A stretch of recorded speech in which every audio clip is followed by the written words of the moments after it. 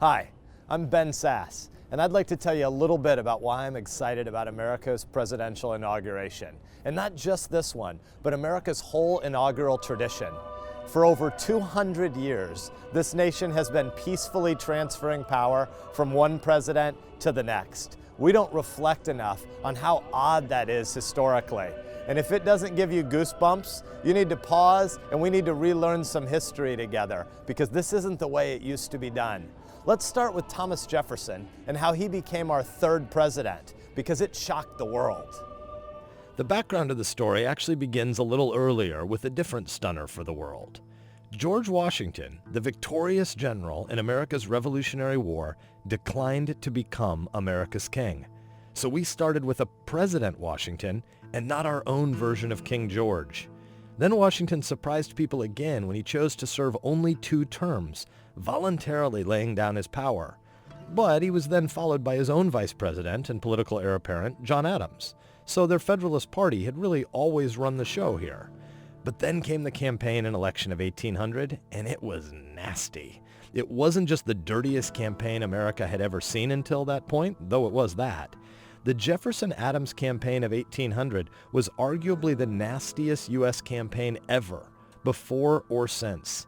It's difficult to overstate just how messy this campaign was. The whole country was picking sides. Tragically, some supporters of Adams and some supporters of Jefferson announced that supporters of the opposite side were probably going to hell. Jefferson and Adams had dramatically different views on policy. Foreign policy, the relationship of the federal government to the states, and the direction of this young country. Both camps were at each other's throats, launching one vicious personal attack after another. In the end, Thomas Jefferson defeated the sitting president. And then it's hard to overstate the uncertainty about what would happen next. The whole world watched and waited and wondered.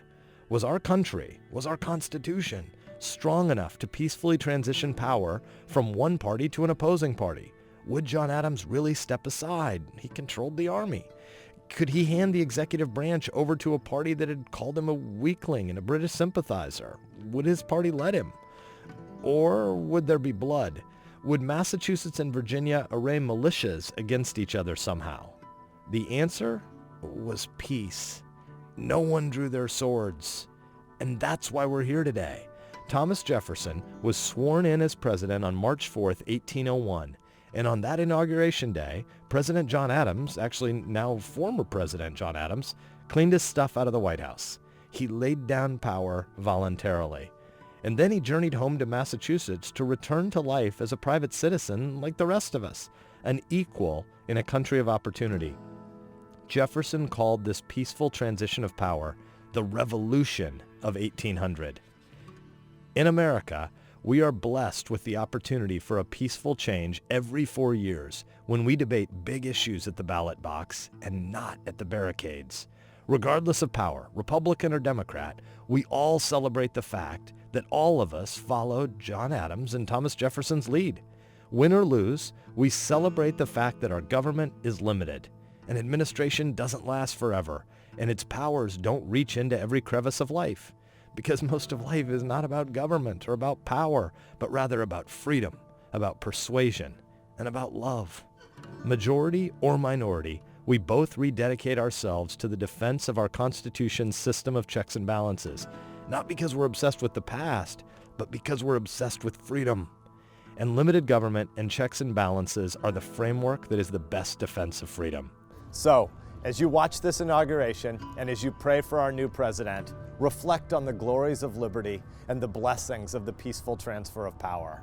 One president will be voluntarily laying down power and rejoining the rest of us as a private citizen to fight for and safeguard liberty. Every American should celebrate Inauguration Day. God bless our new president, and God bless America.